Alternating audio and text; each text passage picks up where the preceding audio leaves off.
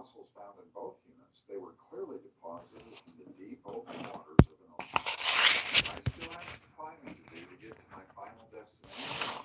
It's this tiny little spot.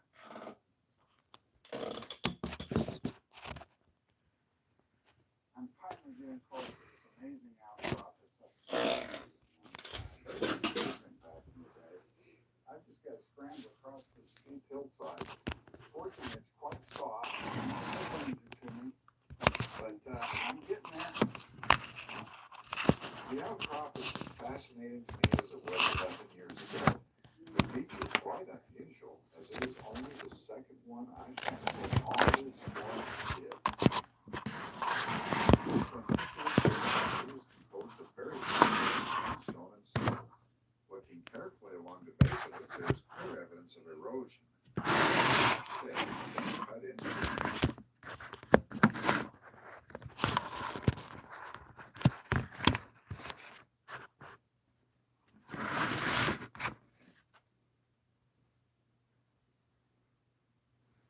It looks very much like this typical cross-sectional view of a sand-filled river channel. What I'd like to do is imagine being say 2 or 3 geologists that come up to this outcrop in the early 1950s and the discussion that ensued. Because I'll tell you what, this would present some challenges to them. And the geologists at the time would be looking at this going, well, how did this get out in deep water sediments? There'd be at least one geologist who would immediately say, I know how. We just lower sea level a lot. And I do mean a lot. We'd have to lower it way, way down, 1,000 feet or so. And then we expose all that mud out in the ocean floor that was flagged prior, and the sea level drop. And the rivers would come out across all that mud, and they'd cut like this relatively small channel here. Cut into there and leave a river deposit just like the rivers we know. And then the discussion would get interesting, because another geologist would look at this and say, so you think that's a river deposit? And that the sea level dropped dramatically. You know what would happen if we dropped the sea level dramatically? We would, right on this contact, right here, where this channel cut into, all along this contact, we would see erosion all over along it, because it's soft mud, the sea levels drop, and it would just, it'd just be a very interesting surface to do that. There wouldn't be just this one channel. There would be tiny little cuts and erosion all through it. And you could trace it along this outcrop. And all the way around, you could find it easily. We call that an unconformity. And that geologist would say, we've been hiking all around here, and in fact, we're going to hike around the corner and look, but I haven't seen anything like this. This seems to be alone, standing alone, right in the middle of all this ocean mud. Furthermore, he would say, when you drop the sea level and you expose all that nice mud out there and it dries out and rivers come across and cut channels like that, if you're going to say that occurred, where's all the vegetation, all the root casts or evidence of roots, trees, grasses, and where's the soil that developed? So not only don't we have the erosion, we don't have any evidence of this sea level dropping, where you would develop the soils and things like that, and vegetation. So, boy, that would be fun. They wouldn't know what to do. They would toss it back and forth, and they would scratch their heads and wouldn't know what to do. They'd finally probably decide that, well, this is just a very highly unusual unconformity, where it only eroded this one place, and for some weird reason we don't understand, no soil had developed or no evidence of vegetation right here. And they'd just have to leave it there. But by the mid-1950s and beyond, there was a lot of information that was starting to come in from work being done on the deep ocean floors, especially off the coast of California. And people were starting to understand, scientists were starting to understand that there were some really fascinating processes that were occurring occurring out in the deep water. And with this information, this took quite a period. And in fact, it continued for many years, decades, getting more and more information as to the complexities of the processes that are occurring, did occur, and are occurring out in the deep water. And with that information, now this outcrop isn't so puzzling at all. Geologists had steadily accumulated data, albeit very sparse, on our ocean's floors for decades leading up to the 1950s, and had developed geologic models to explain the observations. Let's follow in their footsteps using modern data. This wonderful map that we'll be using is compiled by the United States Geological Survey and is an elevation map. The violet-blue color is the deepest water at 15,000 feet plus. An important feature to our geologic journey that had been known about for 100 years or more is the continental shelf. It is composed of sediment that built out over the last 5 million years or so. Most of the shelf was land during the ice ages when sea level was about 300 feet lower due to storage of water in the vast continental glaciers. In the late 1940s and early 50s, scientists noticed something significant in this area off the coast of Washington State. At a very regional level, what do you notice out beyond the continental shelf? What two basic types of topography do you observe? Same question for the Arabian Sea region. What I want to focus on is the smooth versus rugged topography. Why do you think there are these two surface types?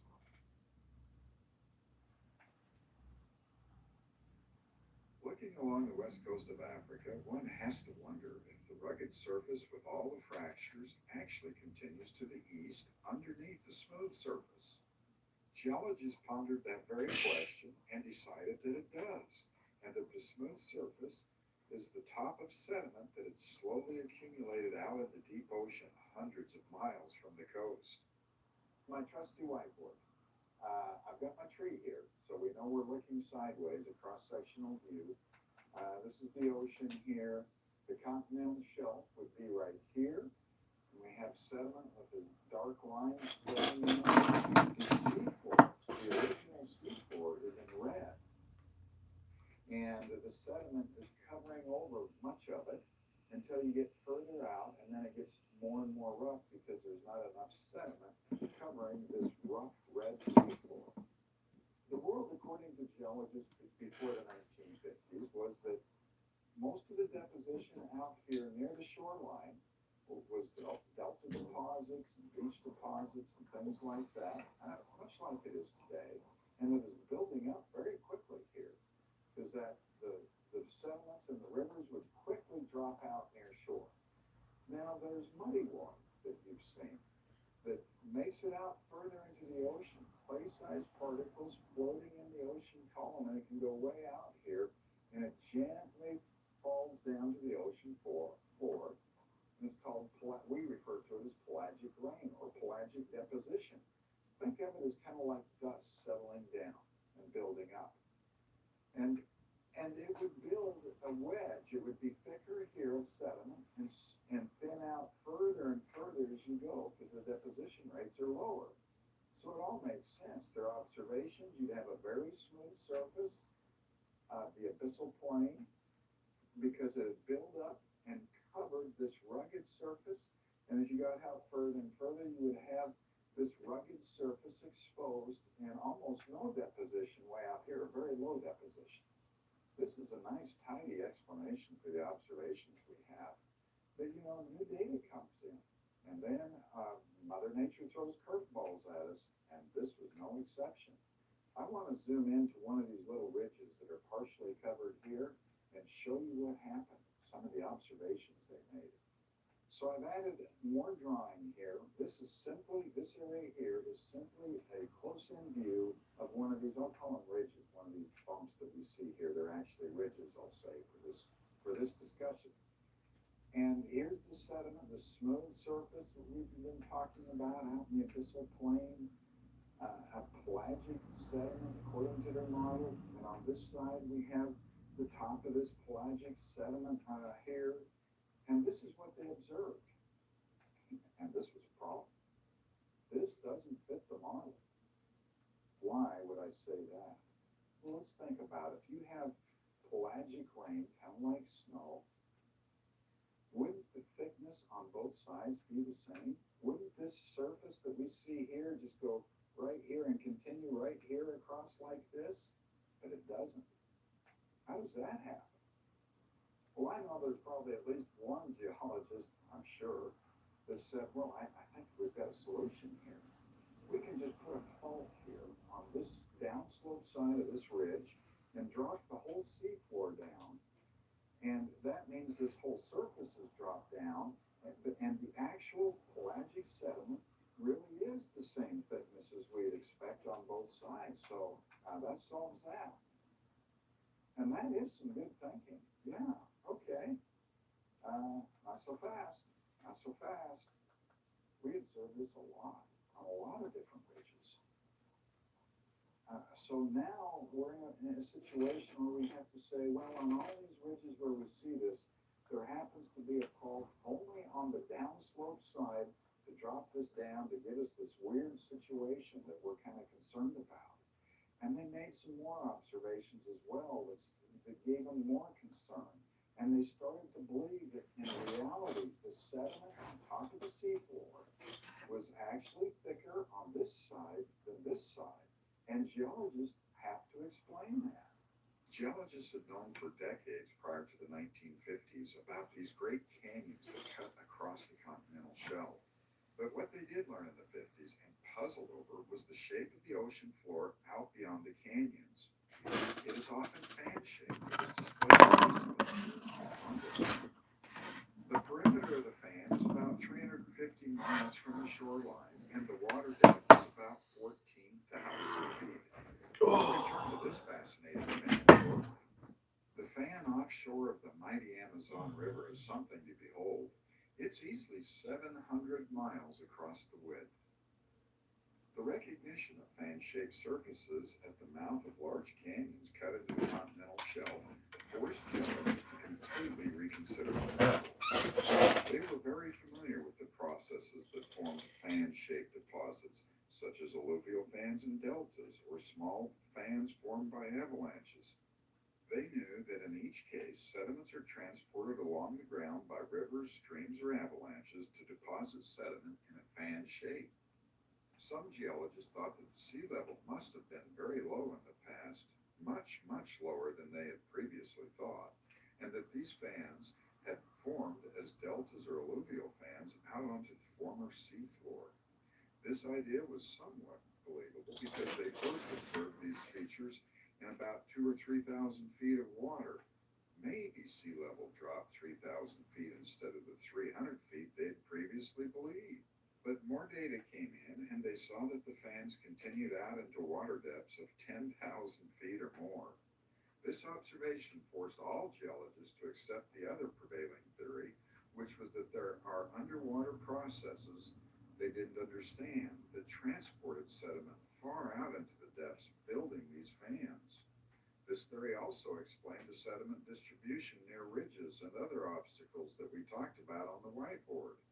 The obstacles acted kind of like a dam that blocked sediment traveling along the seafloor, causing it to build up thicker on the upslope side.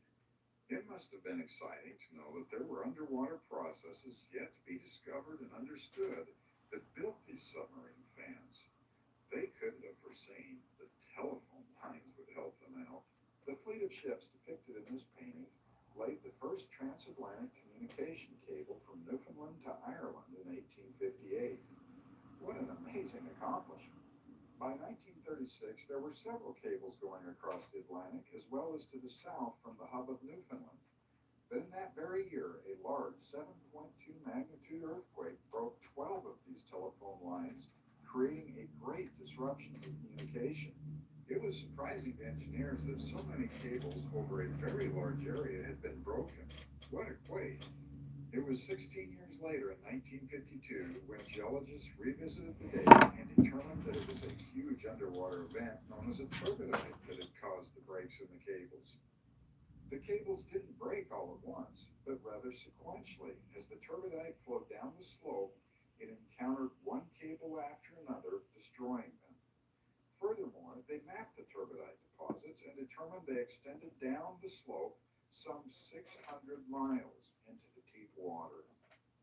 In 1955, a paper written by Henry Menard showed a single two-dimensional echogram of two channels off the coast of Washington state in 8,500 feet of water. This information added even more intrigue to the deep oceans.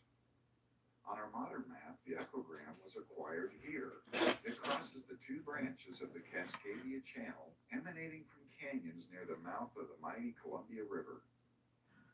In the paper, he mentioned that there were several geologists excitedly watching the echogram in real time as it came in. They couldn't have known that this channel, named the Cascadia Channel, carried some 800 miles out into the abyssal plains. And they certainly didn't know that the channel carries sediment on three tectonic plates. It starts on the North America plate, crosses a subduction zone onto the Juan de Fuca plate, then entering a great transform fault, crosses onto the Pacific plate. Wow! They couldn't have imagined how common they were around the world, and how extensive and long they are. Even today, there are only a few limited places where the ocean floor is imaged at a high enough resolution to see these marvelous features. The Great Himalayan mountain range fronting the Tibetan Plateau stretches over 1,500 miles and contains the mighty Mount Everest. Two great rivers, the Ganges and Brahmaputra, receive the vast majority of the water and sediment draining off the south side of this great range. They join to form the Ganges Delta, which is the largest in the world. One has to wonder if there is also a submarine fan with possible associated channels out in the deep ocean below the delta. What do you notice in this image to help answer that question? My attention is drawn to the canyon cut into the shelf, the steadily increasing water depth to the south, and most of all, the smooth ocean bottom.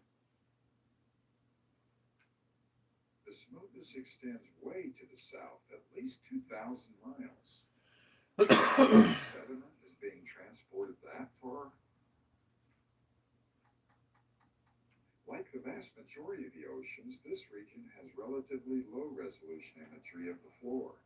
However, scattered about, one can often find windows of high resolution imagery. Let's look at a few of these windows, starting in the north and working to the south. The first one is here. They're a bit difficult to see. There are two segments of channels here and here. There are several others if you look carefully. Looking further to the south, we see two more segments. Even further to the south, we see three independent channels. Wow! We're getting way south now. I see evidence for two separate channels here. And now we are way south, over 2,000 miles from the shelf edge. This was the last piece of channel that I could find with the data set we have available to us. I had fun connecting various channel segments with a line to show the likely path of the current active channel. When you see the channel on the globe, it seems rather unbelievable. In fact, this is the largest sedimentary deposit in the world. So the erosion of the mighty Himalayan mountain range feeds and built the largest delta in the world and also the largest submarine fan in the world. That delta sure looks small in comparison to the fan. With my handy whiteboard here to help us understand this Bengal fan system. It's massive. We're looking at a cross-sectional view. The tree helps us understand that. Looking sideways, this would be the ocean here, the sea bottom here. The fan, of course, has been building out sediments, the submarine fan out here onto the original ocean floor, which I have depicted here. And if you'll recall, we have the Himalayan mountains playing into this picture because it feeds all the sediment that builds out the world's largest delta, as I mentioned, and also the world's largest submarine fan. I thought it'd be fun to use Mount Everest as a way to help us communicate scale. And it does lie within the Himalaya Mountains, so it plays a role in this whole system. Now, Mount Everest is 29,035 feet tall. That's 5.5 miles. We're talking a big, big mountain. Of course, we know it's the tallest mountain in the world. But a question for you. If I were to draw Mount Everest and have the base of it sit right on top of the seafloor with all this sediment here, and just draw it here to scale, at least the height of it, would the peaks poke above the ocean here? I'm going to draw it right here where the water is 4,000 feet deep. Would they poke above the ocean? And if so, how far? Have we got a thought? Let me sketch it for us. Okay, right here, 4,000 feet of water. Here it goes. Oh, it only comes up halfway through the sediment pile here within the Bengal fan. So that means all this sediment here, the thickness of it is some 10 miles. I hope that helps you think about it. And remember, it continues on out, gently getting a little thinner for some 2,000 miles. Now, the way this can happen is it loads the crust, the oceanic crust. There's so much weight, it starts pressing the crust down into the mantle, and it starts creating its own space as it pushes it further and further down, building more and more sediment on top. As more and more data came in, geologists began to get indications that at least on some fans, there could be an entire network of channels like we see on deltas. This fan in particular reveals to us what many of the submarine fan surfaces would look like if we had high-resolution data available. This network of channels is certainly reminiscent of a delta. As we follow the main active channel, we can see that the channels are the backbone of the fan and distribute sediment all across the fan back and forth through time. Unlike many of the channels or channel systems, this one is currently quite active. Out at the end of the main channel in this area here, for the last several hundred years, they've sampled this area and determined that the deposition rates are even a bit more per 100 years. This is very high for geologists. We've observed that often channels start in canyons cut into the shelf. It turns out that these canyons help focus the flow of any turbidites that are initiated within the canyon, resulting in a focus of energy that initiates erosion and channel formation out beyond the canyon. Of course, they also focus the muddy waters of rivers that find their way into the canyon. There's a lot we don't know about these processes, but based on modeling, it seems that once this focused flow gets out beyond the canyon, that the often subtle undulations or topography of the seafloor helps keep it focused as it continues its journey out into the abyssal plains. They kind of take on a life of their own, much like rivers that we know often do. Two parts to my sketch here. First, over here is a map view looking from above. This is a submarine fan with the network of channels on top of it. And the canyon would be up in here, of course. This is just the seafloor where I'm going to sketch this channel and describe it a bit more.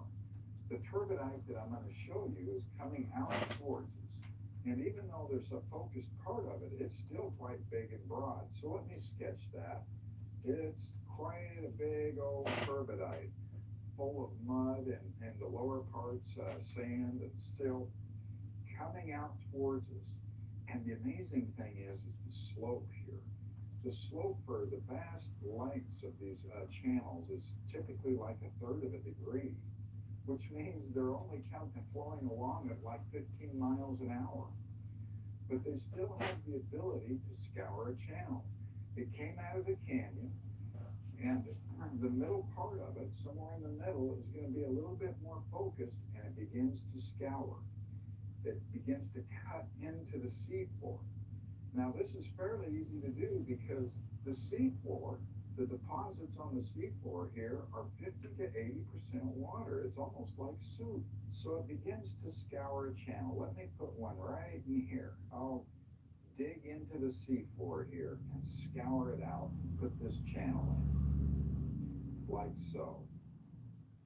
Now the velocities, as you might imagine, within the channel are pretty focused.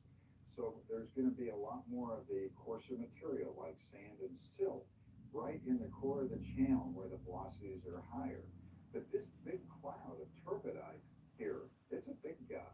It can easily be 1,000 feet tall, and it's spilling over the banks. This focused flow is here, but there's some obviously going out beyond the bank. And when it comes out over here, the velocity is slightly lower, and this focused sand and silt that's in this area starts dropping out and forming levees. So let me sketch these levees. It builds out kind of a hump that tapers off on each side of this channel, and slowly building them. Each event builds more and more of the levee. And the interesting thing is the bottom of the channel, after a deposit, it puts a little sedimentation in here too, so it builds layers in the channel as well as on the levees. So everything is building up through time. The bottom is building up, but not maybe quite so quickly, and the levees keep building up and out. This process is very much like rivers that we're familiar with. At least some types of rivers build levees, such as the Mississippi River. It builds levees, but they're about 6 feet tall, whereas these can get up to 300 feet tall or more. So, boy, this is really big. And just on this side of a levee, it can be 5 miles or more, one side of the levee. So these are very big features, and there's a lot of sediment associated with them. Now, as this continues to build up, I mentioned the sea building up as well as the levees. It gets higher and higher above the background seafloor, and that's unstable. And at some point, a flow is going to cut through a levee, and everything's going to cut off and go to a new direction. And that's why we have this whole network of channels. They jump around from side to side and sweep across that fan, building it out. On this seismic image, we see an actual levee and channel. I've highlighted in pink the levee deposits of this channel that is aggraded or built up through time.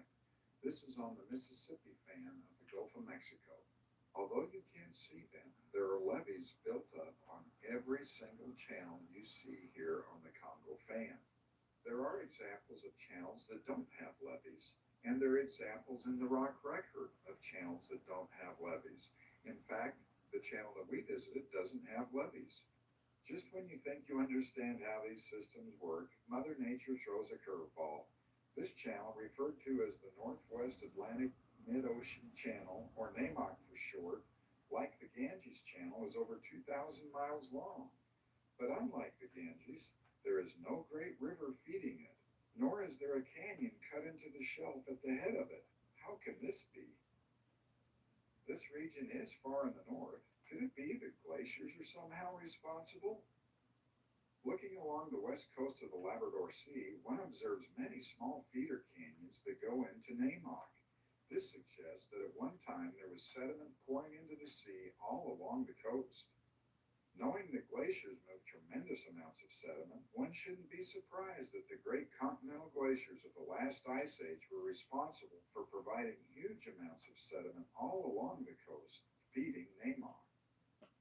Seeing this amazing channel going along the bottom of a great subduction trench along the Chilean coast makes me wonder what other great underwater rivers exist that we don't know of, and also what other surprises await us as we continue to gather information on our mysterious ocean depths. I hope you've enjoyed watching this video. I know I've sure enjoyed making it. I enjoy all these, actually.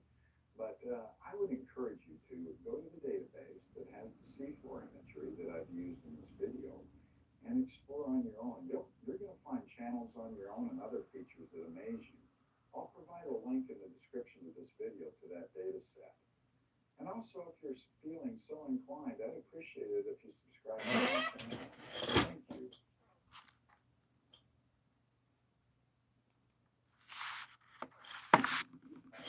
The world harbored a profound mystery. Unlike the mystery that we're dealing with astound geologists with the seemingly impossible conclusions.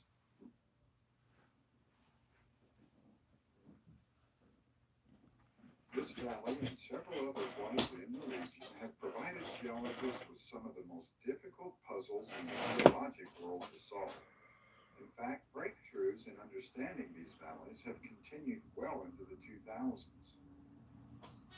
But our geologic adventure in this video isn't just about these rare, puzzling valleys. It's also about the key roles they play in some of the most beautiful desert anywhere on the planet. Hello, I'm Myron. Boy, it's great to be here with you and to explore the spectacular geology of Utah. In this case, I'm near Arches National Park. I'm actually about 17 miles to the north of it in this wide, open, desolate country.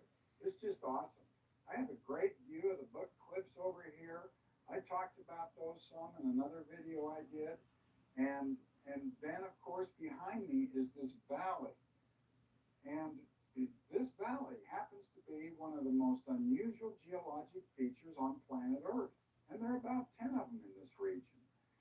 And what I want to do for this video is to be in the shoes of the early geologists as they came to this valley and others like it. They're very similar. And how they approached it and how it just really puzzled them. It had to have puzzled them tremendously. But before we get started on our geologic adventure, I want to make a comment to those of you, and I'm sure there'll be many, that are familiar with the geology of Arches National Park, or at least somewhat familiar with it. And I want to encourage you to stick with me.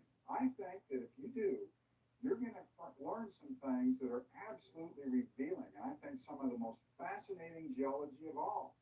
We'll work our way southward towards Arches National Park, making some observations. Our first stop will be here. I'm sure glad I'm riding in a Jeep and not on a horse. Well, we're at the first stop the geologists made as they were exploring this valley. Maybe to set their camp right here. Who knows? But they had a conversation that as the sun's going down maybe, and they're saying, hey, what do you think? What do you think we're seeing here? And one geologist, he steps up with a little confidence, or she, as the case might be, and says, hey, it's pretty clear to me. It's just an anticline, and it's eroded out in the middle. So it's a big old fold of rock. We have rocks on this side that we're looking at right here behind me that are pointing up. And over there on that side, they're pointing up. And even the formations are the same. This sandstone here is the same as it's over there on the rim there. And they used to come up together, and it's all eroded out in the middle. And another geologist said, hey, yeah, that seems pretty good. I'm a little concerned how wide this valley is that's been eroded out. I mean, I've seen eroded anticlines. We call these folds anticlines, but this is a big one. And they sit around and go, yeah, it is kind of big. It's pretty wide.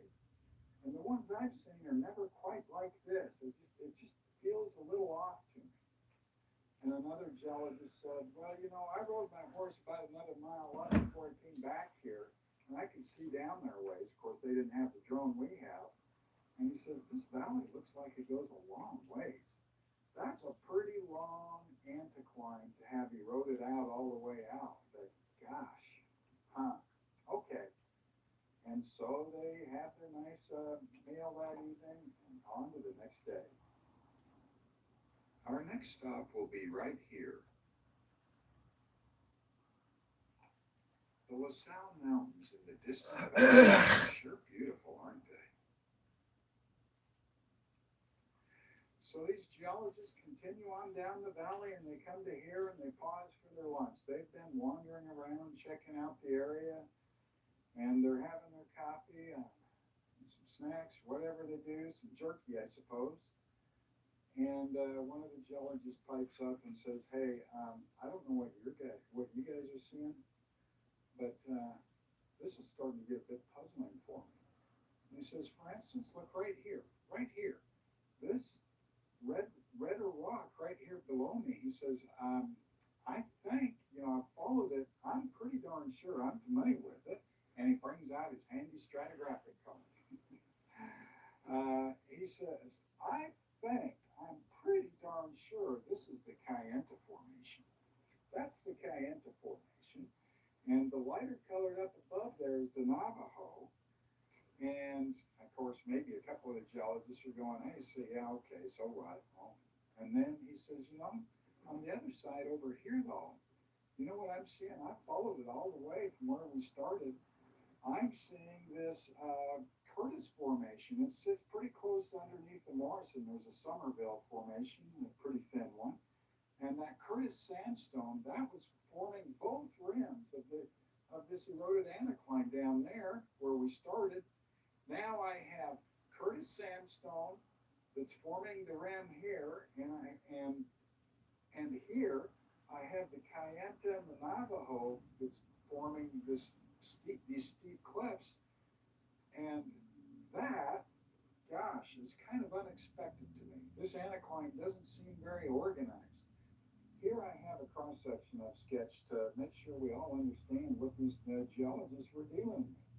It's a cross-sectional view, so I guess I better put my little tree here. I didn't know it would become so popular, the tree. I know a lot of you look for that, to have the tree. Okay, so we're looking sideways. Now, what do I mean by a disorganized anticline? In this case, we have these layers of rock that are rising and bent. An anticline from great, tremendous pressure, squeeze and pressure that we're all familiar with to form anticlines. And it's broken up in the middle, more easily eroded. This is how eroded anticlines form. And it's organized, meaning that this rim over here, this sandstone, the Curtis sandstone that we mentioned, forms the rim on both sides here. And if you go elsewhere in the anticline and it has, say, some other older rock or something on the rim, it'll be the same on the other side. It's symmetrical. But in this case, what they're dealing with is they have this Curtis sandstone here forming the rim, and they have the Navajo and Kayenta forming the cliffs over here. So in this part of the anticline, the Curtis forms the top ridge of the valley on the west side. On the east side, it is eroded well back of the main valley wall. The Navajo Formation forms the rim on the east side. Notice how deeply buried it is on the west side. There would have been a lot of discussion as to how this happened. Some kind of complicated faulting. And boy, that's hard to get your head around. You just don't see it. I've seen many, many anticlines, never seen anything like this. And then another geologist says, hey, did you notice the valley here? I'm not seeing really any drainage. It's just flat. I'll see some drainage for a while, and then it kind of dies out. What do you think of that? It just comes and goes. The main drainage seam is on the north end of the valley in this area, but notice how it kind of cuts across the valley. There's very modest drainage in the center of the valley, and as you go further north, there's almost none. Wouldn't we expect to see well-formed drainage, a creek, a river, or something that was carrying out all this material out of this anticline? Boy, this is fun. I'm envious of these early old geologists, unraveling these mysteries. They could have never known that they were dealing with one of the most phenomenally unusual features on planet Earth. And to sort all that out, oh boy, that would have been a fun challenge. Storms are approaching, and we need to get moving to our next stop near the border of Arches National Park. We'll be stopping here. There were yet other problems these early geologists encountered.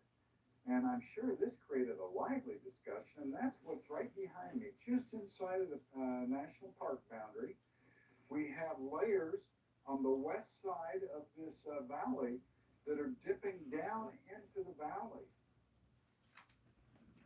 This is completely unexpected from a normal anticline. And they thought about that a lot. In fact, they saw several examples of this along the valley. This is just a great example, I think. And what they observed on the edges were sometimes layers that were dipping, rolling down into the valley. Boy, this would have created some confusion. And in addition, they saw rock scattered around within the valley, forming sometimes small hills or even next to the edges, very old rock. I was going to stop at an outcrop and show it to you, but someone started shooting a gun nearby, and I decided I better skedaddle out of there. I just took a quick photo of that Pennsylvania Honaker Trail formation, and that's what they observed in here, which should be like 4,000 or 5,000 feet down underground here, and here it is up there. This really is a quite a puzzle. Lots of fun to unravel and learn together. And we need to get more information. I mean, that seems to always be the case when we're trying to unravel mysterious things.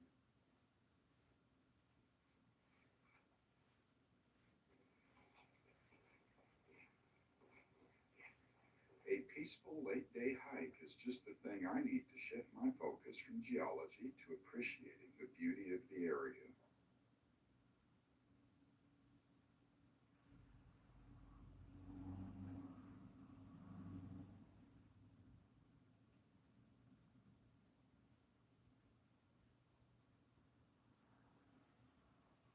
As I mentioned, there are several of these unusual valleys. Here are 6 of the larger ones.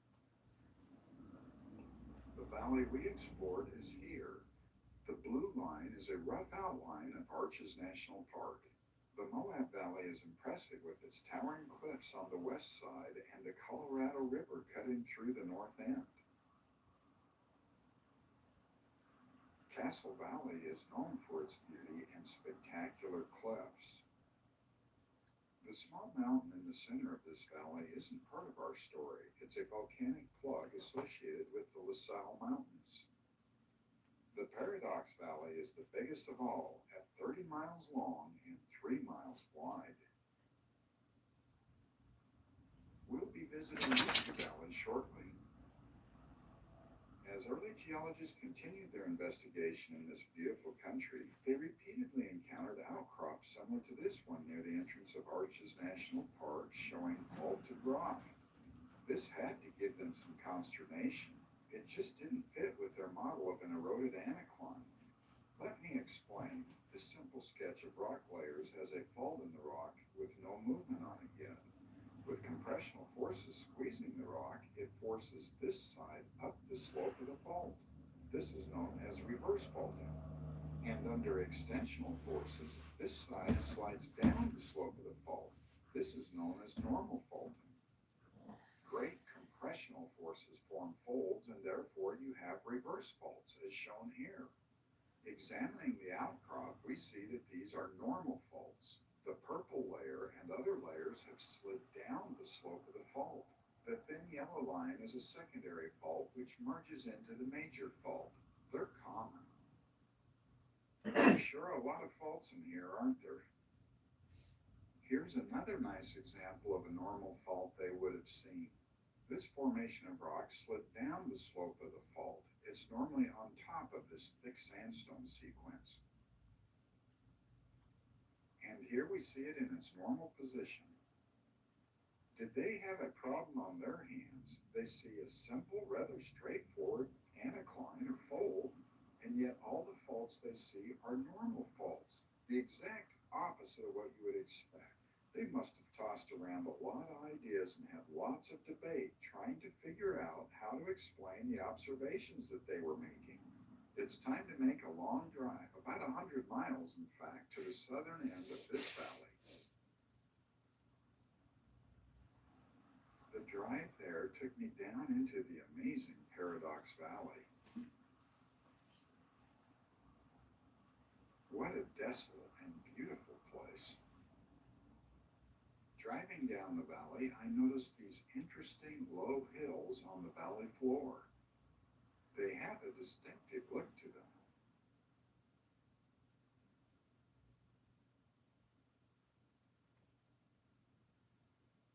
Finally, I see the dipping slopes along the east side of the valley.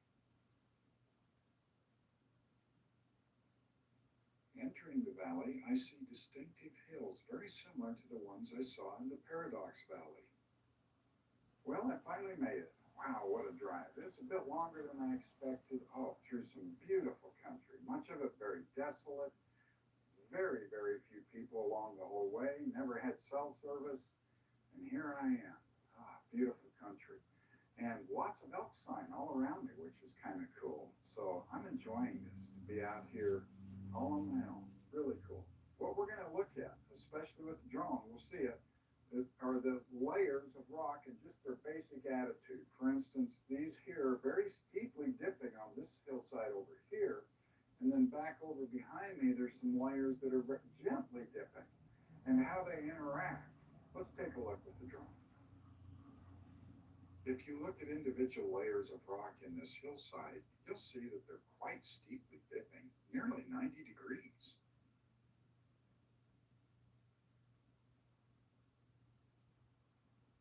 In this area, we see that the rock formations are not dipping as steeply. They're at about 60 degrees. Notice the layer in the background that's dipping at about 12 degrees that sits on top of these layers. It's been eroded away in the foreground, but it sits on top of them. The contact represented by the blue line is known as an angular unconformity, and this is a beautiful example of one. There's sure a lot to unravel here. Rising up from the outcrops we just evaluated, we see that we're on the west side of this great valley. Let's look at this area using Google Earth to get another perspective on the area's geology. Where would you draw the unconformity? I think it's right here.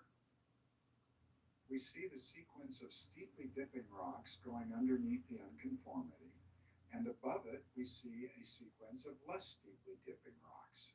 Let's have some fun and review the basic geologic events that occurred to create these outcrops. Step 1. There were rock formations that were deposited and had not yet been deformed. Step 2. The layers began to be deformed, and in the basin that was forming, new sediment layers were deposited. Each new sequence of rock deposited in the basin is essentially horizontal, as shown by this horizontal line. This horizontal rock formation will, of course, warp down as the basin continues to form. Step 3. Substance of the basin and uplift of the adjacent highlands is now well developed. The basin has received much sediment. Let's focus on this side of the basin and think about it a little differently and build the outcrop we observe. This heavy black line represents the side of the basin before it starts to subside. As subsidence occurs, the basin side tilts and a wedge of sediment is deposited. This process continues, subsidence with its corresponding tilt and deposit. Tilt, deposit, tilt, deposit. I've colored in this great wedge of sediment as yellow. These sediments are known as syntectonic because they formed during the formation of the basin. A big change. Erosion starts, cutting down into the wedge of sediment. Another big change. New deposition occurred over the top of the erosional surface, forming an angular unconformity. Subsidence continued, rotating everything yet again. And now, finally, we see the relationships observed in the outcrops. Gently dipping rock formations overlying steeply dipping rock formations and an angular unconformity in between them. There was much more that occurred after this sequence, but I won't get into that. Those are some pretty amazing outcrops, aren't they? Wow. And what a puzzle. And how these early geologists would have tried to understand it, and even geologists much, much later. Wow. And then to try to fit it together with all the other observations, it was just rather overwhelming. It had to have been, to understand these valleys.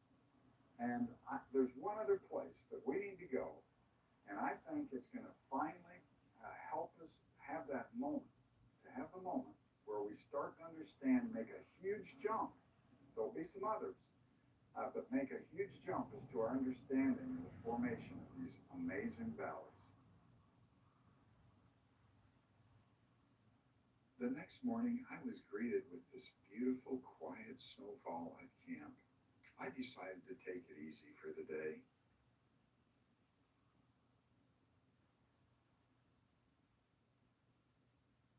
Nature always seems to provide us with unexpected beauty in geology, and this mysterious area of nearly white rock is a case in point. The beautiful red rock in the foreground is composed of sandstone and conglomerate that was eroded off the ancestral Rocky Mountains. I did a video on this and will put a link to it in the description.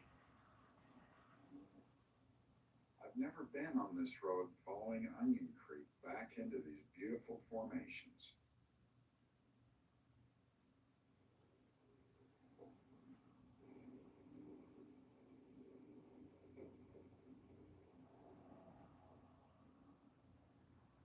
My mind tries to imagine giant alluvial fans building these deposits some 300 million years ago, and then all the history thereafter to create this marvelous landscape. These rocks are known as the Cutler Formation.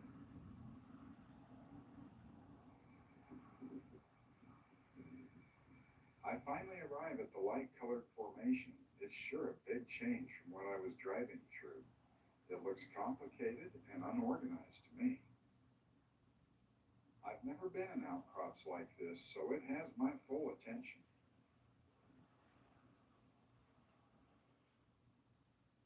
From the air we see the red alluvial fan deposits adjacent to the white rock. The boundary between the two is quite sharp. The anomaly is relatively small at about 3/4 of a mile wide by 2 miles long. Looking more carefully near the contact, we see that the Red Cutler Formation has beds that are dipping very steeply. These are nearly vertical. What an amazing place this is. I'll tell you, I've wanted to come here for so many years, haven't had the chance, and it's exceeded my expectations. This great white anomaly, we'll call it. And I wanted to start right at the edge of the feature here. The red rock around here, the country rock over here is just next to me. And we're seeing some thinly bedded material that here is nearly vertical. And in other places, it looks like it's all bent and deformed. And it tends to have some really dark colors in it, alternating with lighter colors. And so we want to take a closer look at that and figure out what it is. Well, I have me a reasonably good place here. It's kind of covered with material coming down, weathering down from above. There's a better place over there that I looked at earlier, but it's right. I'd have to stand in the creek to show it to you, so I don't think I want to do that. But here we are. I'll start digging in particular these darker layers. Come in. It's pretty soft, relatively soft. Oh, yeah. And then you have some harder, wider layers that I'll get into more here later. But yeah, I'll show this to you. Drop my hammer here. It's a dark colored shale, meaning it's an organic shale. And this makes me think, well, where is it from? Where did it come from? It doesn't seem to fit in the stratigraphy here, in the layers of rock. Why do we have it here? Interesting to think about. Although interesting, these organic shales make up a very small percentage of this anomaly. Now to the big question, the fun one. What is this light-colored material that forms this great anomaly, this spectacular area here? Oh, just amazing. Well, if you get to a fresh surface, it's actually almost white. In fact, it can be white. So I hope that helps you in your thinking about this. I came here because these couple boulders fell off the steep hillside here, and they're kind of fresh. So I thought this would be handy. And if I took my rock hammer here and I broke off a piece, and let me show you something about this. If we can stay in focus, that can be kind of tricky at times. I can take the tip of my rock hammer here, and I can sit here and scrape it very easily. In fact, I can scrape it with my fingernail. Can't see that too well, but it's quite soft. Although it weathers out in relief, it's resistant to erosion in the desert country. If it's in an area where there's a lot of rain or a lot more rain, it actually weathers quite quickly. And you've got it. It's gypsum. Or some cases it can be anhydrite, although at the surface anhydrite always kind of turns to gypsum because gypsum is just anhydrite with water in the structure. Calcium sulfate with a little water. Gypsum. And we're familiar with gypsum, aren't we? We use it in wallboards, in making our homes. Uh, it used to be back in the day, they used it to make casts for broken arms and legs and other things. So important material. But that's what this is. And you have to wonder, as you look at all this, why is all this gypsum here? And by the way, before I forget, this weathering look that you see, this texture, this kind of rough, rugged texture, it's hard to see any details in it. This is what gypsum very typically looks like in the desert. But back to the big question. Why do we have so much gypsum around here in this isolated area? You think about it, and you think about how gypsum forms, and some of you know how it forms. You've listened to some of my other videos, and have learned that it forms in hot, arid, coastal environments like the modern Persian Gulf on these Sopkas and playas out there. Okay, yeah. But why in such an isolated area? And you know, it turns out that gypsum can form in another very special way. And that happens to be the way it forms here. So this is very unusual indeed.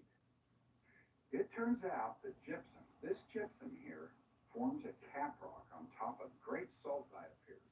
These giant plumes of salt that come up, pushing up through all the layers of rock, or so it seems. It's not quite that simple. We're coming to that. Salt tectonics, it's fascinating. But at any rate, the salt is there, seemingly rising up, interacting with groundwaters, and these chemical processes, along with sulfate-reducing bacteria, cause gypsum to precipitate, and later a limestone. And it's often, these bacteria are often associated with hydrocarbons. And there you go. You form this caprock.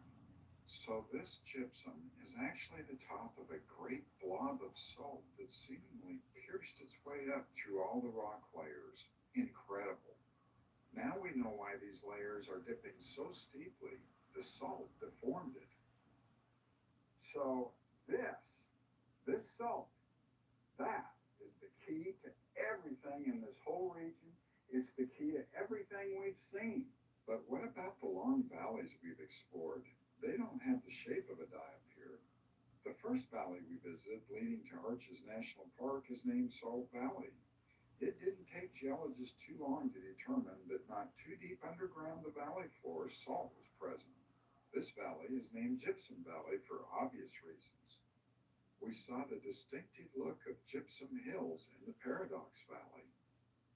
These valleys that we've been seeing, these wonderful, spectacular valleys, right underneath the core of those long valleys are salt walls with vertical sides of up to 4 kilometers thick of salt. Actually, a bit more than 14,000 feet or 4.3 kilometers of salt has been documented. And how could that possibly be? We're going to learn that, so hang with me. Near to and even within some of these valleys, wells have been drilled and the earth has been imaged using seismic techniques that prove the existence and geometries of these massive salt walls. As an example, a well was placed right in the middle of the Paradox Valley and drilled through some 14,000 feet of salt on its way to a deeper target. As I drove down the Paradox Valley, I tried to imagine the great wall of salt I was driving on top of. I tried to visualize salt going down into the ground nearly 3 times deeper than the Grand Canyon. I don't think I was able to fully comprehend it, and I still don't. Let's look at a geologic cross-section across the relatively modest Gypsum Valley. The salt wall is about 2.2 miles wide and 2 miles thick. Notice how the rock formations have been upturned to steep angles along the salt wall. It seems that this deformation occurred as the salt forcefully pushed its way up. It's very similar to what we see with salt diapirs.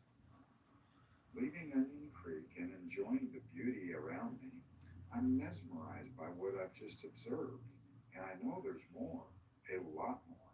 As you'll recall, I mentioned that many of you, or at least some of you, will be familiar with salt and its involvement at Arches National Park. It might be a basic knowledge. Some of you could have an in-depth knowledge. made a promise. Boy, do I hope I can deliver on this when I said, hey, those of you that know about this, stick with me here. Because I believe that you will be enlightened and it'll be astounding what you learn about the processes of salt tectonics. That's what we call this whole process, salt tectonics, as salt moves around. And I want to start this off, this whole thought process, with my whiteboard. Let's turn to this sketch here. It's a cross-sectional view. The red with the check marks, that's salt. So we have a salt cord anticline, a simple fold with like so. Question: could this fold form, this anticline, without compression? You know, when we think of anticlines and the earth being folded like these layers are folded, we think of compression. Lots of compression, tremendous compressional forces. I'm asking you, could this happen without that? Number two, now we come over to a sketch that this is the foundational sketch of salt tectonics for many decades. And of course, geologists, well, they said the obvious, really.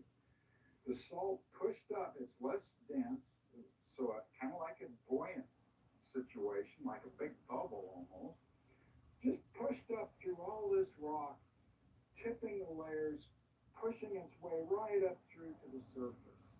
Historically, geologists have often called features like this piercement structures.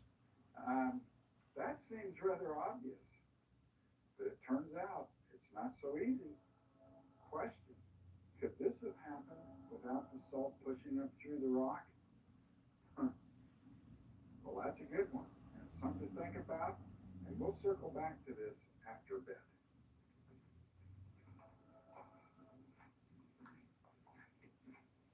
Before we get into how salt walls form, I want to explore some of the effects of salt movement.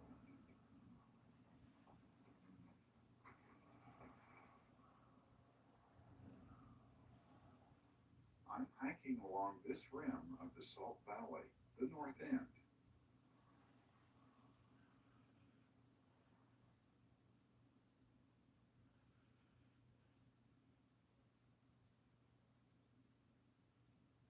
I'm right here.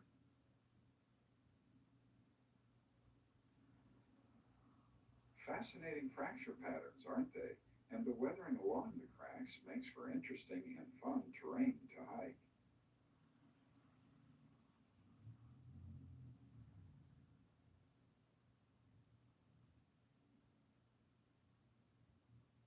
On the west side of Moab Valley, the fractures are wider spaced and deeply weathered and eroded. It makes for some wonderful hiking that I've done over the years. Here I am with my son Preston nearly 15 years ago. Hiking out onto a point just east of Moab Valley and not too far from Arches National Park, I try to take in the amazing landscape around me formed by heavily eroded and weathered fractures in the Entrada sandstone. As rock formations are uplifted from the depths that they were buried at and exposed via erosion, the confining pressure on the rock is reduced, which promotes fracturing. The spacing of fractures in a rock formation is dependent on several variables, including brittleness, thickness of the layer, and how much deformation has occurred. It's really amazing to see the steep, narrow valleys that form from the weathering and erosion of these fractures.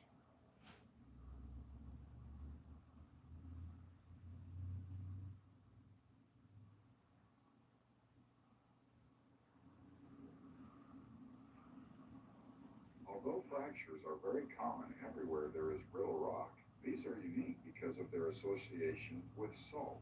The beautifully colored thick sandstones combined with this unique association make for a landscape that is unparalleled in beauty.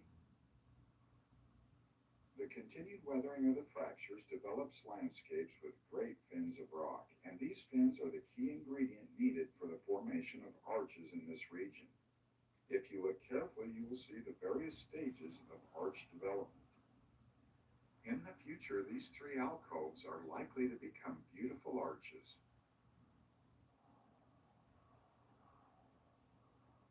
In the park, it seems everywhere you look there is an arch. Amazing. Amazingly, in the relatively small area of Arches National Park, there are over 2,000 documented arches.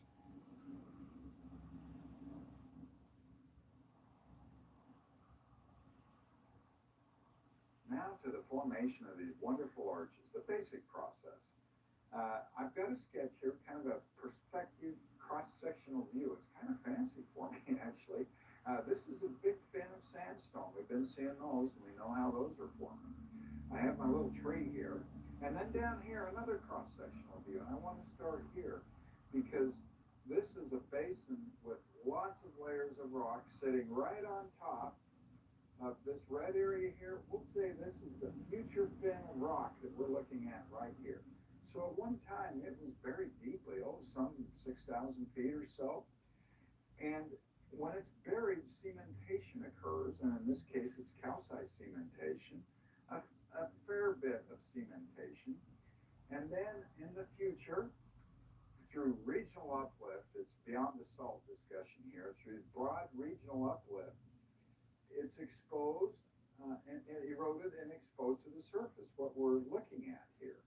Now, remember down here, or think about down here, it's under tremendous confining pressures, the weight of all the rock on top and all that. And so when it comes to the surface through erosion, it's going through decompression. And that's still occurring even here. Although very slight. And then we have the freeze-thaw cycle and all that, and you can have slabs of rock just mechanically kind of pop off the side of this fin, just boom, pop off. And that can continue. So that's the mechanical side.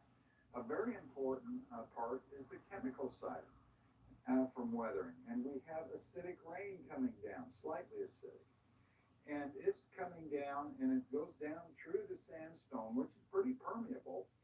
It's coming down, and it hits this layer I've sketched in red here. It's the Carmel Formation in Arches National Park.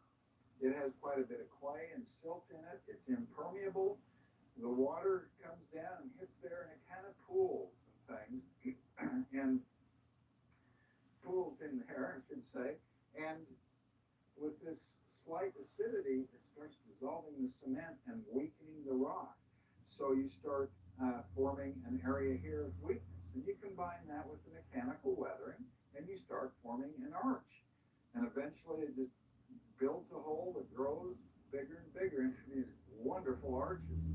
Now, I might point out, it's very hard to predict exactly where an arch would form, because there are a lot of fins sitting on top of Carmel in these areas where no arches at all are forming. So it's unpredictable.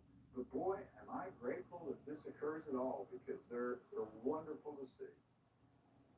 It's not just the arches that are beautiful and interesting. In fact, I spend most of my time elsewhere exploring the many wonderful places. It's a wonderful place to visit even in the winter. It was a bitter cold day when I took this photo. The stories within the rock expressed by these beautiful patterns mesmerize me.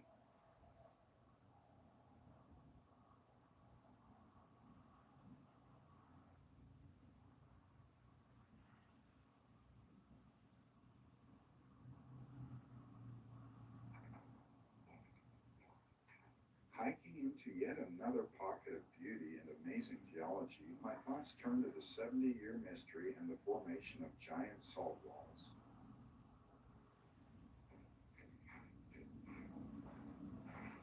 I reflect on the intriguing questions that challenge geologists. Could anticlines form with no compressional forces involved? Could upturned, steeply dipping rocks on the edges of salt features such as walls and diapirs have formed without salt pushing them up? Not only can it happen, it's very common. How does it happen, you ask? Well, it's a bit too complicated for my whiteboard, but I think these sketches will do. We'll start with a layer of salt shown in pink, and on top of it, a rock formation. I'm only showing one layer on top of the salt to simplify things. Of course, I could put many on top, great thicknesses of rock. Salt is weak and ductile, especially when buried at depth under higher temperatures. let's create a picture in our minds of what would happen if we moved salt away from the central area. I'll get into why this happens later. And there you have it, a salt core anticline with no compressive forces involved.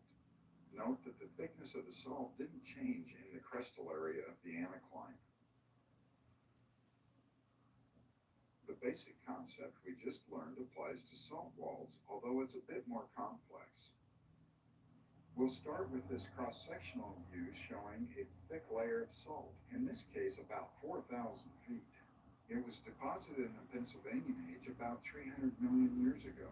I've put an arrow at the left side of the diagram at the top of the salt for reference. We begin to load the salt with new deposits shown in the brown color here. It's known as the Honaker Trail Formation and is a mixture of sand, shale, and limestone. The weak ductile salt moves away from the loading weight of the sediments towards the central area, which will be the future salt wall. It's thought that the position of these salt walls that are forming is controlled by deep faults that I don't show here. Notice the thin layer of Honaker Trail on top. Continued deposition and loading of the salt occurs, shown by the green here. Erosion has removed the thin veneer of Honaker Trail on top of the wall. Now the salt is completely exposed to the atmosphere. It's being removed as it flows to this area. Also, the cap rock of gypsum begins to form. Depositional loading continues and the salt wall is well developed now. Notice how thin the salt is here on either side of the wall. And also recall that the black arrow shows the original top of the salt. The process continues. Notice that the salt is nearly gone on the sides. In fact, on the right side over here, it is gone. It's completely deflated. We say deflation, salt deflation for this movement of salt. Notice that the top of salt on the wall is much higher than the original level of salt as marked by the black arrow. The top of the salt wall steadily rises to keep pace with the sedimentation that's occurring. Notice that the layers of rock, especially the older ones, are very steeply dipping on the left side of this salt wall. On the right side, not so much. Each wall is unique in its development. It can vary dramatically from one side to the other, or even along the length of one side of the wall. It's just very unpredictable, this salt movement. The process of salt deflation can pause for a while and erosion occurs, and then it can restart again, and that's how we get complications such as angular unconformities. At some point, you lose enough salt for the process to stop, and then new rock layers are deposited on top. In the case of the Paradox Basin, where all these salt walls are, the process stopped at about 145 million years ago, but it was variable. At about 10 million years ago, erosion began and continues today. It removed all the layers on top and down in even deeper. Notice that the salt wall is much lower than it once was due to this erosion. This is the basic configuration we see today, a salt-floored valley with a cap rock of gypsum on top. As I mentioned, the rock layers adjacent to the salt wall can vary dramatically from wall to wall and even along the wall. For instance, in this sketch, on the left side, we see steeply dipping rock formations, similar to what we saw, say, in Gypsum Valley. On the right side, we see more gently dipping formations, similar to what we saw, say, on Gypsum Valley or Castle Valley. The dissolution of this salt locally causes the rim of these valleys to collapse into the salt. The fractures we've observed that are so important to our story develop because of the bending of the rock caused by salt movement and dissolution. Similar processes form salt diapirs. They just have a different shape. It's amazing to me to think that when you see these salt diapirs, salt walls, and the surrounding layers of rock, you're just absolutely convinced that the salt pushed its way right up through all these rock layers. And then you think of the salt-cored anticlines, and, well, it's obvious. You have these great compressive forces to fold this rock. And yet, over this 70-year investigation, we find out that that's not true at all. In fact, it's kind of opposite. It's a great example for me, or for us, actually, to think that, you know, when you encounter puzzling observations, We need to keep our options open as long as absolutely possible because you just don't know what's coming down the line. Now about all this salt we've been talking about, where did it come from? Well, at a basic level, it seems pretty easy. Seawater is 3.5% by weight salt. We can evaporate seawater and it leaves salt behind. Well, that does happen. It takes, say, 1,000 feet of seawater. If you had a big tub, 1,000 feet tall of seawater, and you let it evaporate out, you'd have 17 feet of salt. Huh, yeah. Well, wait a minute, Myron. How deep was this sea? You said it's 4,000 to 5,000 feet of salt. Can you have a sea that's super deep to evaporate this much seawater? In fact, if you do the math on it, it turns out you need, for 4,000 feet of salt, you need seawater that's 45 miles of seawater. So there you go. Obviously, the ocean, the sea there wasn't that deep. So how does it happen? Let me get my paleogeography map, my Ron Blakey map. And here we are with the state of Utah right here, the ancestral Rocky Mountains right here. We're talking at 300 million years ago in the Pennsylvania. I did a video on the ancestral Rocky Mountains. It's titled something like The Mountain Range That Disappeared and Reappeared Again. You can check that out. I'll put a link to it in the description. But when these mountain ranges were uplifted, it formed a foreland basin. Foreland basins are common adjacent to mountain ranges here. And this low area where the sea came in here. The name of the basin is the Paradox Basin. But it was a restricted seaway. So it was hot and arid, of course, to get our evaporation. But with this restriction, what it really means, I like to think of it this way, is we're sitting here taking water out of the seaway with evaporation. And seawater comes in to keep it supplied. The sea level stays constant here, but we'll just keep adding seawater in here and high evaporation rates. And there's not enough openness, shall we say, for water to circulate here and keep it fresher. So it maintains its hypersalinity, and you're precipitating out salt through a very long period of time in this seaway here. And that's how you get 4,000 to 5,000 feet of salt. Pretty cool. There were periods when the seaway wasn't so restricted, and organic shales that we observed were deposited. What an amazing area this is, this whole region. Astoundingly beautiful. And to add the geology on top of that makes it even better. And then you bring in the salt and the crazy role it plays and these vertical salt walls and all that. Wow. I hope you enjoyed watching this video as much as I did making it. In fact, if you did enjoy it, would you consider subscribing? Thank you.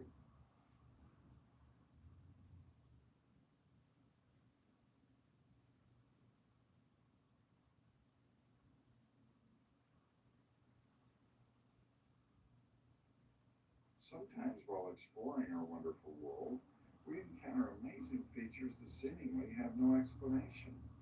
These situations can be challenging for a geologist, but also bring great enjoyment.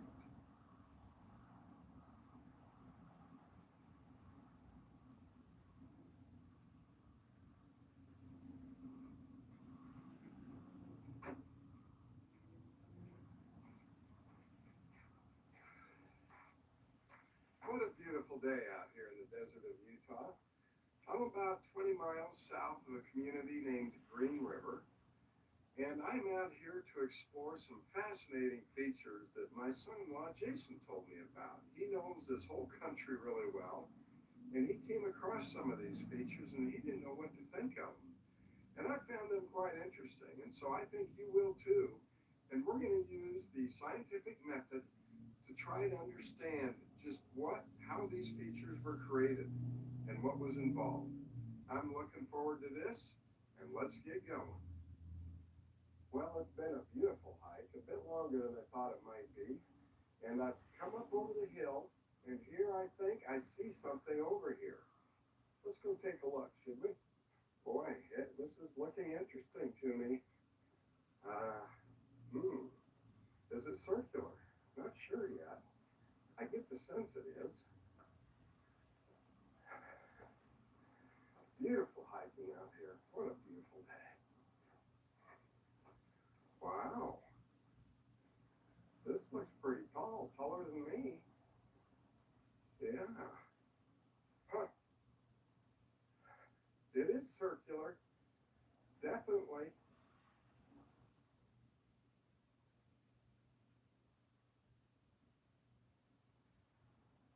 Wow, I can see already this is going to take some serious detective work. You know, geology, you get out and you hike around, you never know what you stumble on. Earlier, I stumbled on some just amazing agates out here. Love the coloring coming out of the Morrison Formation. But this is pretty, well, intriguing. What could this be? I'll tell you what it reminds me of. It reminds me of tower ruins. They're quite common out in the desert in Utah, where the natives built these tower-like ruins that had sometimes multiple floors. This is a little different. The blocks look quite a bit bigger than the ones I've seen elsewhere, but it's sure neat. It kind of gives me a feeling that it's a little older. Looks like it's kind of fallen apart in front here. But let's take a little closer look at some of the features in here, okay?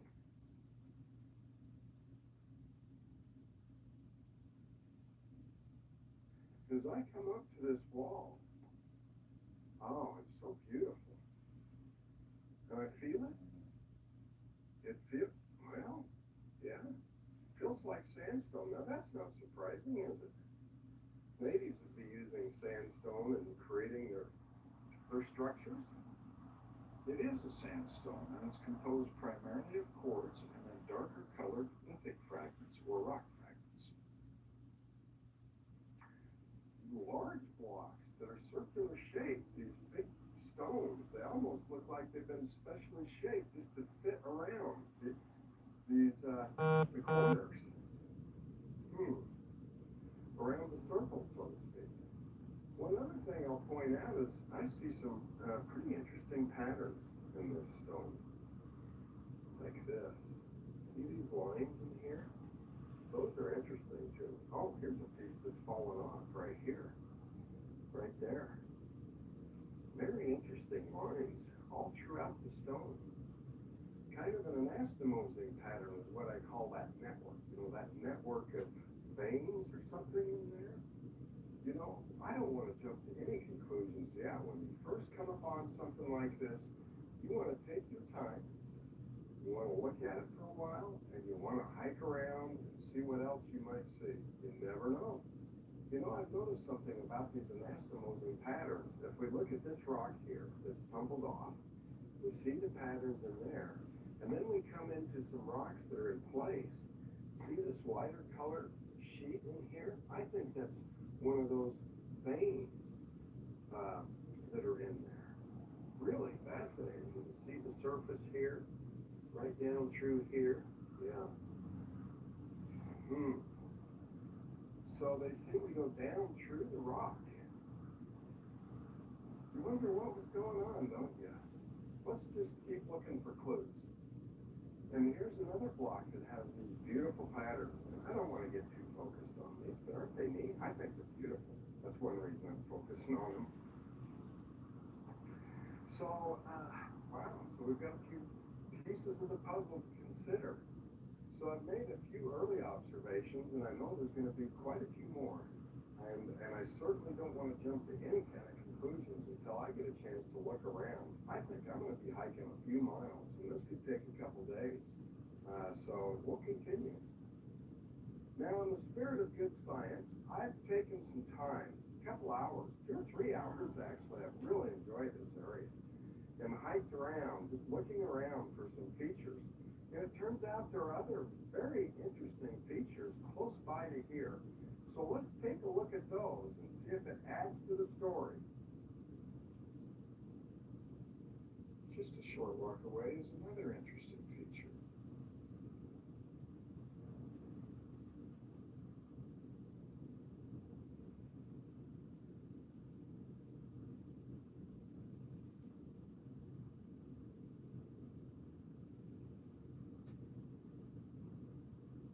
So here we have another rounded, nice circular wall that goes clear around. And it's over twice as big as the first feature. And it's more heavily eroded. It looks older, or it's been more heavily eroded for sure. I did observe the anastomosing patterns here too. Let's go take a look at what I call feature number 3.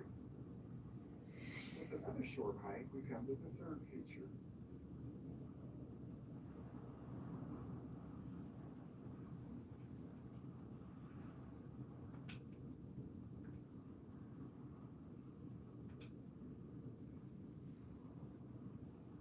And the feature 3, it's kind of hard to see from just a low camera angle like this, but from the drone, of course, what we saw was quite nice. The interesting thing about this, 2 things I'll point out. One is it's the biggest one of all. It's 75 feet or so in diameter. Wow. And the wall is thinner. I'm saying the wall here is typically only a foot or so thick. So that's interesting to me. But I'll tell you something that really made me think. I had the good fortune of doing my master's field work in field geology on the Moenkopi Formation near the Grand Canyon. And as part of that, I got to do a lot of the ground geology of Lapaki National Monument, where they have many ruins. And one thing they have there that's really cool is a big circular ball court where they play ball. They had games that they played within that court. And I'll tell you, this kind of reminds me of a big ball court or something. Yeah, it's just fun to think about. And I'm also thinking about the geology and what could possibly be creating features like this geologically. That's a puzzle too. I can tell you, no matter where we're going here, it's very exciting and it's very unusual, I believe. So another feature I want to show you is kind of a miniature version of everything. We've been seeing bigger things. What about this guy? He's only like 3 feet in diameter. Really interesting. There's a kind of a hole in the middle of it. In fact, there's really good evidence for it as you come around the corner. This piece of rock here used to sit right on top. You can see a well-formed, half circle. So we have another observation. Now we have miniature versions, and this one's beautiful. The next day, I met with a couple of friends to go on a hike, and we encountered these 2 small versions as well. It looks like they're just coming right out of the sandstone. Well, we're going to keep on investigating, and let's see where it takes us.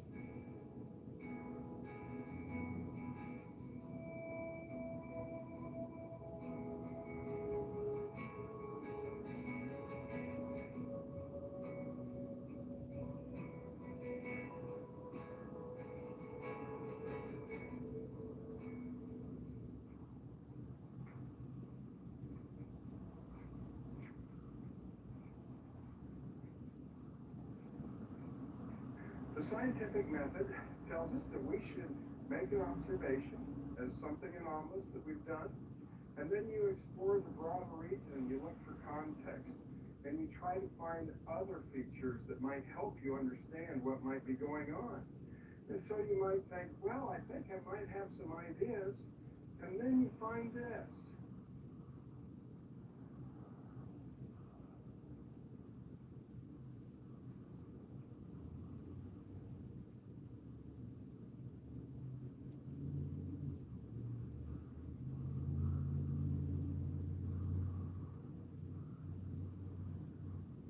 Well, isn't this an amazing feature?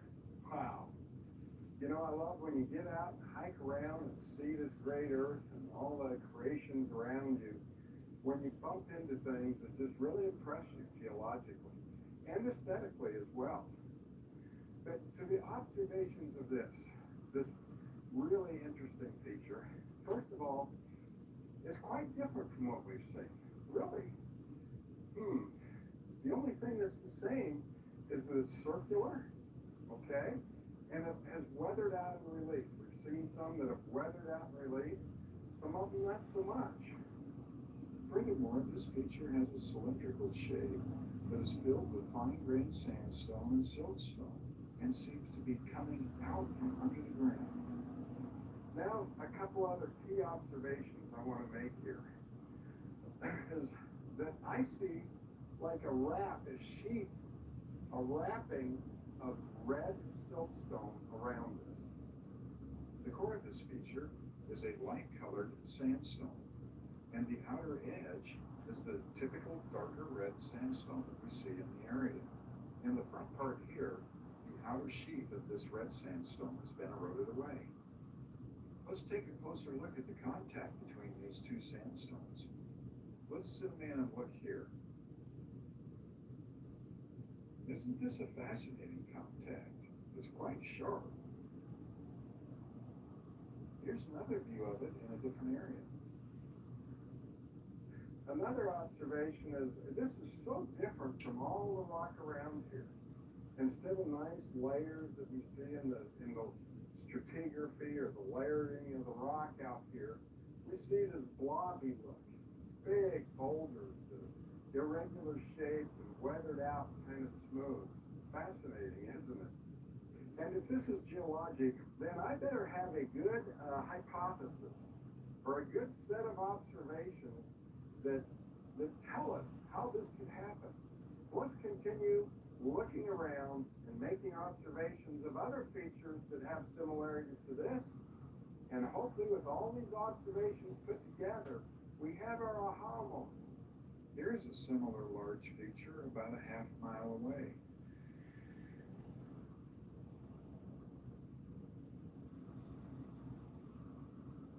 Aren't these white lines that we see scattered across the sandstone interesting? It turns out these are fractures, and as you look at them, you can see that the color has been removed from the sandstone along the fractures. And it reminds me of what we've seen in the core of some of these features, where the color has been removed.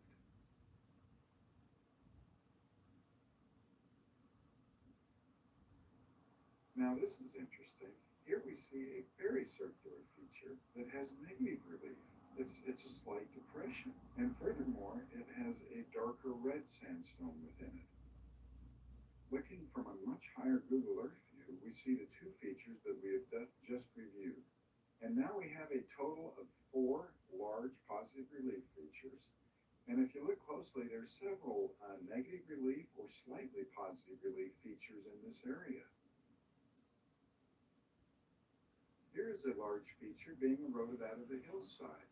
I was able to examine several like this.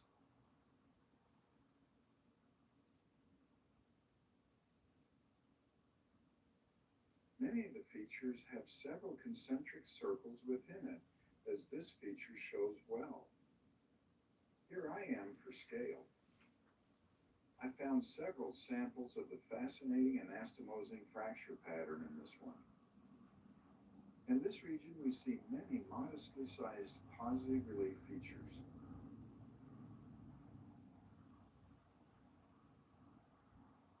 These 4 features are some 50 miles to the south of the main study area. Have fun counting up how many features you can see in this view.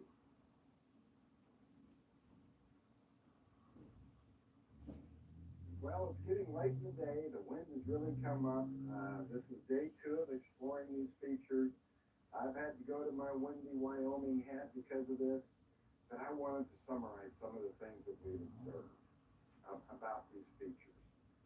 Number 1 is the shape. Now, when we look down, they tend to be circular, sometimes very circular, when we look down from above on them. They also are cylindrical. They're tube-shaped, okay? Another thing we've observed is the bleaching of the rock. And we see that in parts of these features, in some little sections of them. We've seen it along fractures in the area. Some of these fractures heading right to these features and others in the general area. And so that's giving us a clue that fluids have moved along fractures near to these and within them to bleach out this hematite stain. And speaking of fractures, remember this beautiful anastomosing network of fractures that we've seen. And you wonder, how does that happen? Wow, this wind. Well, I've seen that happen where volcanic material is injected into rock, and it just fractures up and injects and makes these nice anastomosing fracture patterns. That's one time I've seen that pattern. Now, let's think and brainstorm a minute. This is where it's so fun to do geology, is to brainstorm and think, where do I see that? If it's a geologic process and humans are involved, how could this happen? Well, what makes circular shapes and or cylindrical tubes? Mud pots in Yellowstone. You know, I'm reminded of those every time I cook oatmeal. I see bubbling bubbles come up through, and they're circular shaped when looking down. Okay? Karsting or sinkholes. We can have something underground that is dissolved and things start collapsing into it and filling in the hole with new material. That's a possibility for sure. One obvious one is that we know volcanoes. When the magma from underneath comes from deep underground and up through the rock, it often is circular looking from above and tube shaped. That plug right in the core of the volcano. So it's fun to be thinking, oh, wow, so we have a few options here, don't we? And how could this all tie together? So these are things for us to consider and think about. We're going to make some more observations, and then we'll tie it all together into an unbelievable geologic story. As I hike along, I decide that although the first feature was reminiscent of the tower ruin, it couldn't be man-made. There are too many other very large features that have no resemblance to man-made structures. In my mind, I rule out mud pots. These features are too large and are composed of sand. I also easily rule out volcanic involvement. I haven't seen any volcanic rocks. That leaves me with the karsting or the sinkhole hypothesis. Yet I haven't seen any collapsed pieces of rock that we call breccia within them. And there are other issues I have with this hypothesis. I'm thinking there's another better idea. It's so fun to be out here in the wide open, all on your own, exploring the geology, enjoying the beauty. But one of the side benefits that you receive is sometimes you discover something that really makes an impression on you, and you have an aha moment. Oh, I've got it now. For some years, I've had a problem. That is, I've been seeing some beautiful photographs with big holes in very resistant wind-blown or aeolian sandstone. And these big holes have cottonwood trees, some of them. They're so big and they're circular. And photographers have made beautiful photos of these scenes. And I couldn't figure out what geologic process could do such a thing. And so when I started this venture of looking at these positive relief features that we've been seeing, I didn't know that it would come to an answer or help me come to an answer about the big circular holes. So here I am in an area where I have a nice hole in front of me. It's not real deep, this particular one. And now I understand what happened. The same process that created the positive features also, in some circumstances, created negative features and holes down into the ground. That means this material that was in here was less resistant to erosion than this sturdy sandstone I'm standing on, and therefore it erodes more easily and creates a hole, a beautiful circular hole. Boy, this is fun.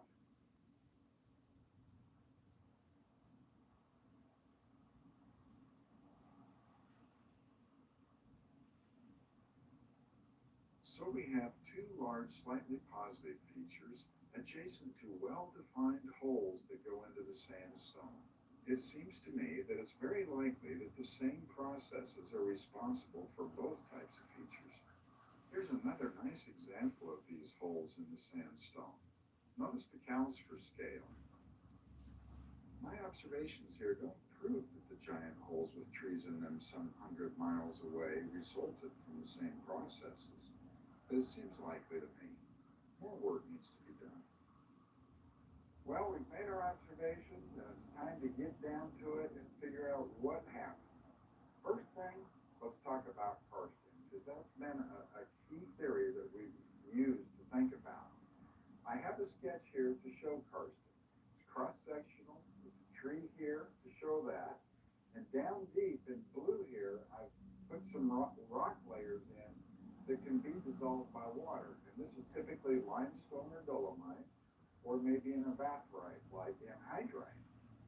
And it can dissolve and form a big cavern, and the rock starts collapsing within. So it forms the cavern, and all these layers above start collapsing down in, and it can work up through time. It can just keep collapsing and propagate clear up to the surface. I've seen them in seismic data propagate up from the original cavern some 1,000 feet or so. And one might imagine that, well, with groundwaters, now you have all this collapsed material in here that it could cement up really tight with a very common process and make it very durable and resistant to erosion. And then this rock around here erodes quickly, and you have a positive feature like we've observed. So it's a very viable theory, but I don't like it. Why? Well, all these collapse blocks are very angular, and they can be very big and right down to the small, but they're angular and they're obvious. And I haven't seen any of these features, these collapse blocks. We've also seen very small features, 3 feet in diameter. If you have a hole in the ground that's just 3 feet in diameter down somewhere, maybe a little bigger, it's not going to collapse like a karst. And finally, the rock that could potentially collapse is some 4,000 feet deeper than the rock we've been observing. The rock we're have been observing is the Entrada Formation, Jurassic Age, and this unit down here that could potentially karst like I'm talking about is some 4,000 feet deeper. So for all those reasons, I'm just not comfortable with the karsting theory. And that puts me in a real pickle because now what? I don't have any volcanic rock. It reminds me some of volcanic features we see, especially, the fracturing and this network, this anastomosing network of veins, that occurs in high pressure situations, like I've mentioned, in intrusive volcanics or in granites that intrude the country rock. You'll see these patterns of forceful injection. So with these observations, really what you need is a volcano of sand and silt. That seems rather impossible, doesn't it? Well, it turns out there is a possible way for that to occur. I'm sure many of you have had the experience of walking down along the beach and having fun with your kids or grandkids or siblings or something, and you get there just above the waterways and you start jumping around and everything starts getting kind of weird on you, doesn't it? You have water start coming up, you start sinking into the ground, and that's called liquefaction. And I found a little place here along a creek near my house that I hope will demonstrate this principle for those of you that aren't familiar with it. So I'm above the water, I'd say, a good foot. And let me walk out here. It feels pretty firm right here. And then if I start doing this, just tapping my foot. Oh, it's already. This is happening pretty quickly here. I probably could have gone higher up on the bank. Just tapping around. A large area is starting to get kind of jiggly, kind of like Jello.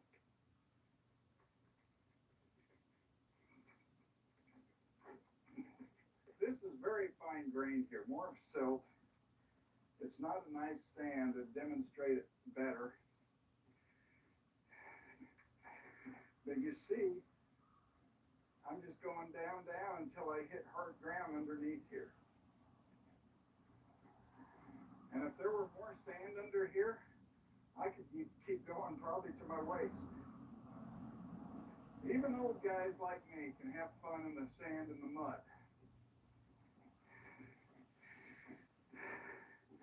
It's getting hard to move my feet around.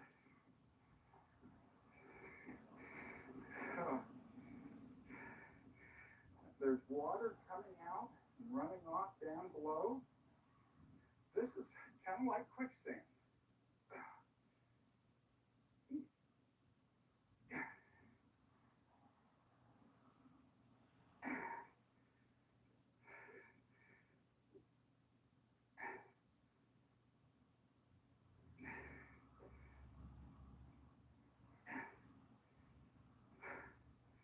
And there I am, up on solid ground again. So it turns out that this process that we call liquefaction is the key to all the features that we've been observing. Now there's more than just pure liquefaction involved. We have to have some special conditions. Maybe you'll think of them if you think about it a minute. But this is the fundamental principle at play. Boy, this liquefaction is pretty interesting, and we need to know a bit more about it so we can understand these features in the end, right? I have 3 glasses that I've sketched here full of sand. This first glass, let's focus on it. These larger circles in here are sand grains, so we're zoomed in. This is just a schematic. Now let's put water in there. And I'll just sketch a little blue in between the sand grains. It completely fills with water. I'm not going to do that. That'd take forever. Okay? All the way up. So it's fully water saturated. Now, this you can see is high porosity. In other words, there's a lot of empty space in here. 45% is typical. If you just take sand and deposit it, put it in a cup, whatever, and not compact it, 45% of the space is empty. And we filled it with water. But if you look closely, I've tried to sketch it here, the sand grains are still all touching each other to support weight. So when I walk out on this and stand on this, my weight is being supported by the actual sand grains, not the water, the sand grains. But if you shake it up, like I did with my feet, like an earthquake could do, well, then the world changes. And that's step 2 right here. You see, when you shake things, they want to resettle down and compact more efficiently and better. That's how it kind of works. So you start to shake it, and these sand grains are no longer in contact with each other. Let me put some water in here, in between all these sand grains, all over in here with this blue water. But the grains no longer are touching each other, so that means they can't support weight. It's more like a liquid. It really is a liquid at this point. And this is what causes all the problems in certain situations in earthquakes where buildings start to sink in or cars just sink in. Just, wow, kind of magical, terrifying, but interesting. Because it loses the strength. And then to phase 3, and that's where all the sand grains have resettled. They're more efficiently compacted now. Let's say instead of 45% porosity, they have 40% porosity, or instead of 40, they have 35, or something along like that. You still have water between all the sand grains here, but you don't have near as much within the sand, because it's compacted there. So the water leaves and comes up and fills in. So the total volume of sand and water is the same as over here. It's just that a lot of the water now is just free floating right here on top of the sand. Wow. And that's why in earthquakes, sometimes they'll see water on the surface. It just comes up out of nowhere. All of a sudden have like lakes form.